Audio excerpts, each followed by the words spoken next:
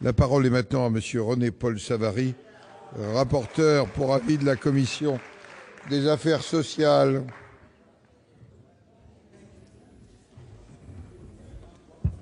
Vous avez la parole, monsieur le rapporteur.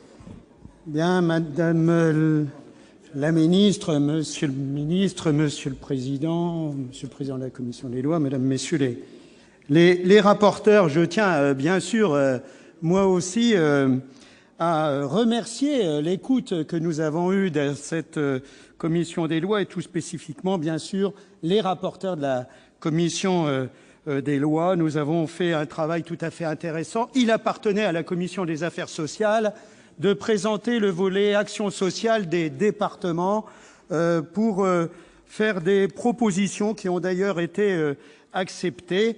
Et nous avons également profité pour essayer de bâtir les premières étapes d'une régionalisation de la politique de l'emploi qui serait, nous semble-t-il, une avancée majeure dans le dispositif.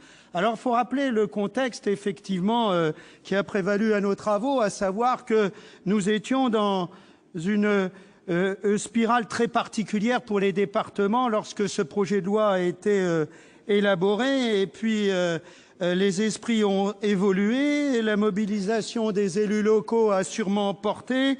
Bref, les départements sont préservés. Les choses sont claires maintenant.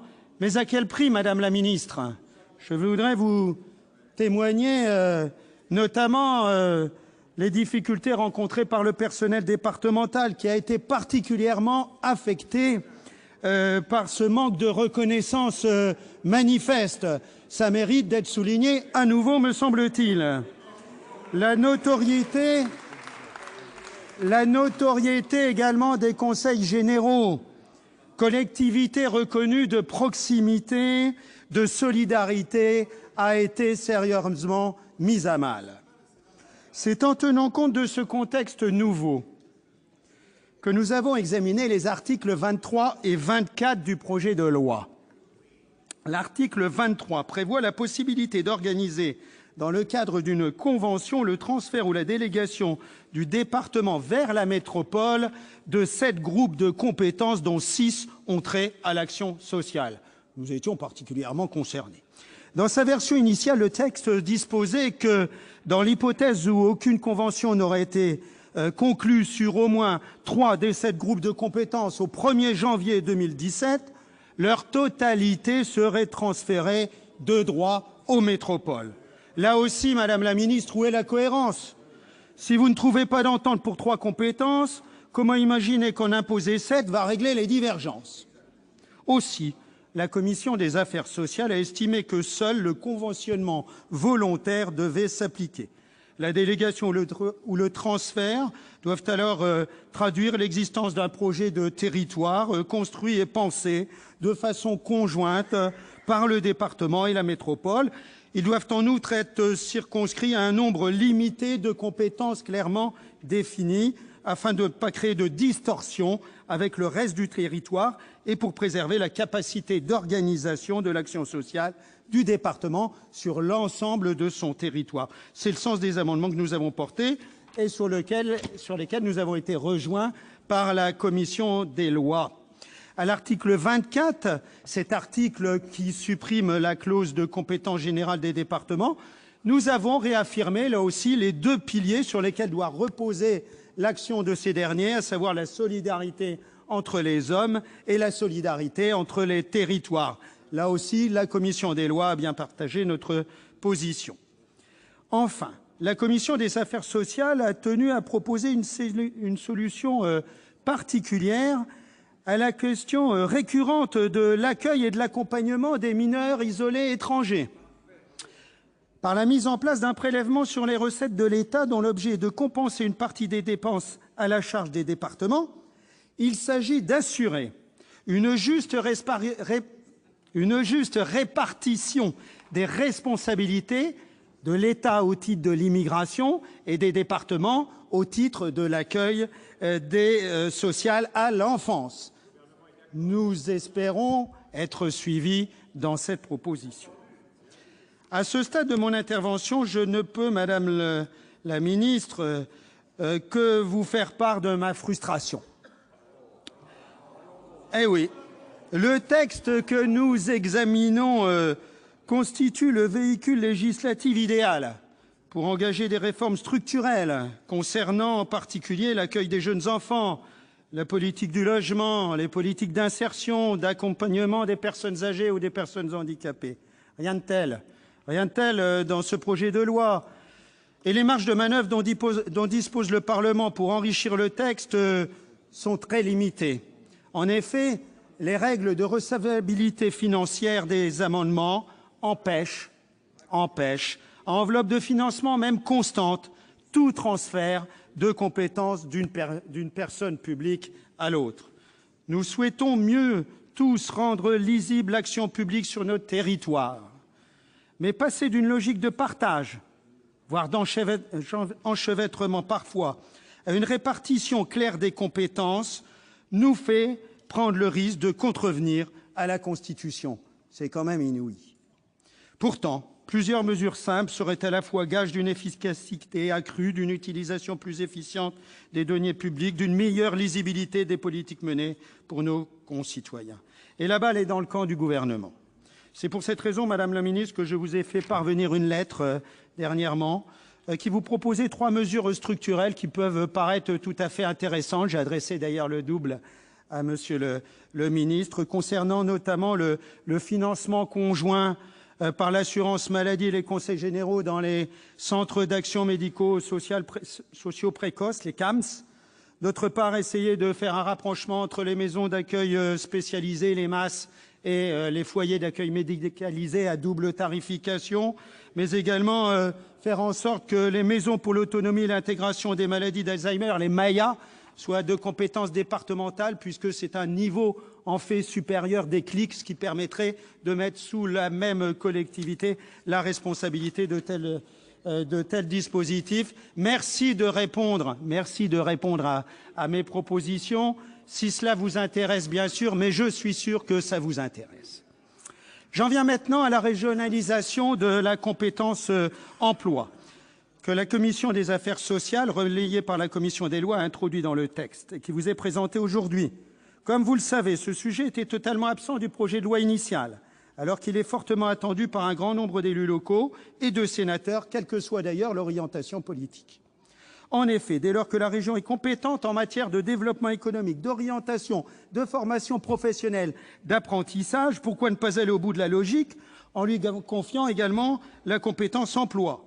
Pourquoi ne pas faire confiance aux régions, qui sont l'échelon pertinent pour piloter la politique de l'emploi au niveau territorial, à la fois proche des bassins d'emploi et disposant d'une vision stratégique irremplaçable ?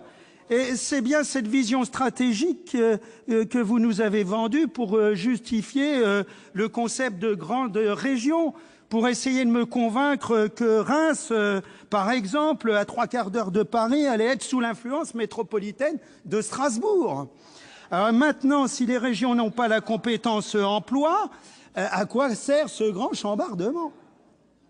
C'est dans cet esprit, d'ailleurs, que l'Association des régions de France a proposé de transformer à titre expérimental les régions en autorités organisatrices d'accompagnement vers l'emploi, impliquant notamment un transfert de crédits et des agents de l'État. L'amendement que j'ai proposé ne va pas aussi loin, puisqu'il pose seulement les jalons de la décentralisation de la compétence emploi aux régions. Seul le gouvernement, compte tenu des règles de recevabilité financière posées par l'article 40 de la Constitution, pourrait être plus ambitieux. Et avant de vous présenter les apports du texte de la Commission, je voudrais dissiper d'emblée tout malentendu et éviter toute polémique inutile. Nous n'avons nullement remis en cause les prérogatives de l'État en matière d'élaboration, en matière de pilotage ou de financement de la politique de l'emploi.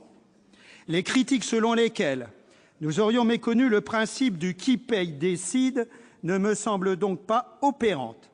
Nous n'avons pas davantage contesté le rôle des services déconcentrés de l'État en matière de restructuration des entreprises et d'inspection du travail. Enfin, nous ne modifions aucunement les règles d'indemnisation des demandeurs d'emploi qui ont vocation à rester nationales.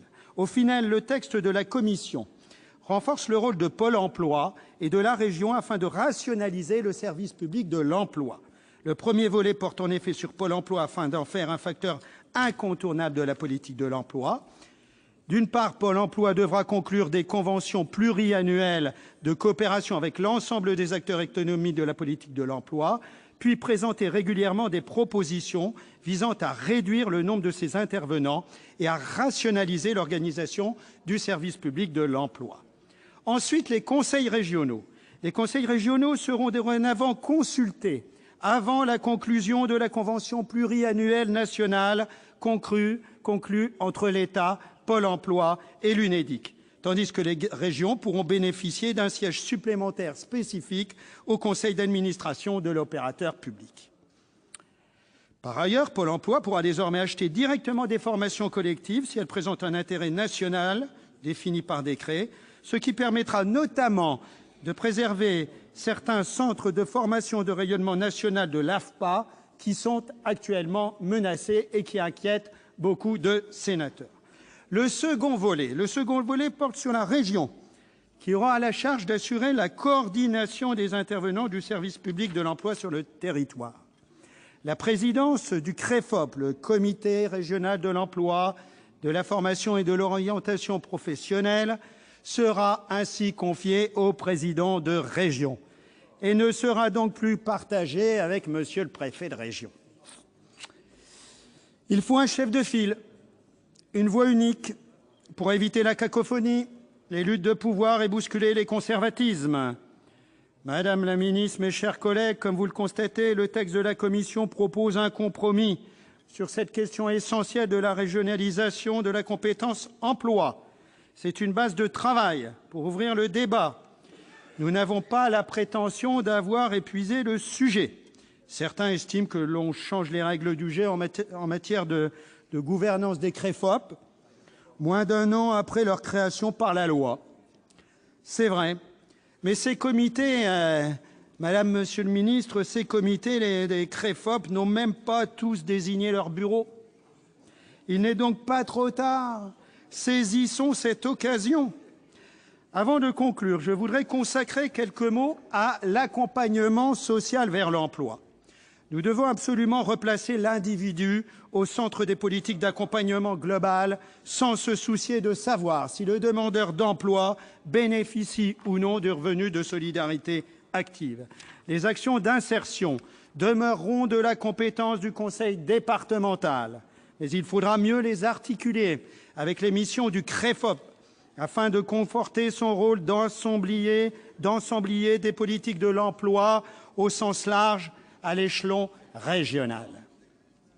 Et c'est bien à l'échelon départemental d'organiser les missions d'insertion et d'accompagnement social vers l'emploi, quel que soit le statut de la personne. Encore faut-il que les départements en aient les moyens. Les finances départementales sont exsangues du fait des dépenses non maîtrisables du revenu de solidarité actif, dont le nombre de bénéficiaires continue d'augmenter inexorablement. Aucune plus-value n'est générée par les départements concernant le financement des rémunérations de ces bénéficiaires, dont l'instruction relève de la CAF et les critères d'attribution sont établis par l'État.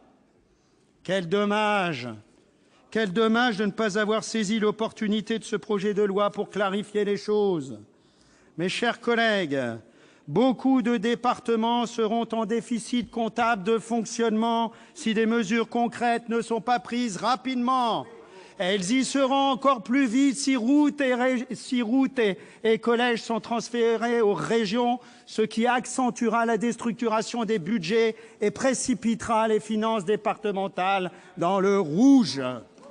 En conclusion, maintenir les départements, c'est bien. Les faire vivre, c'est mieux.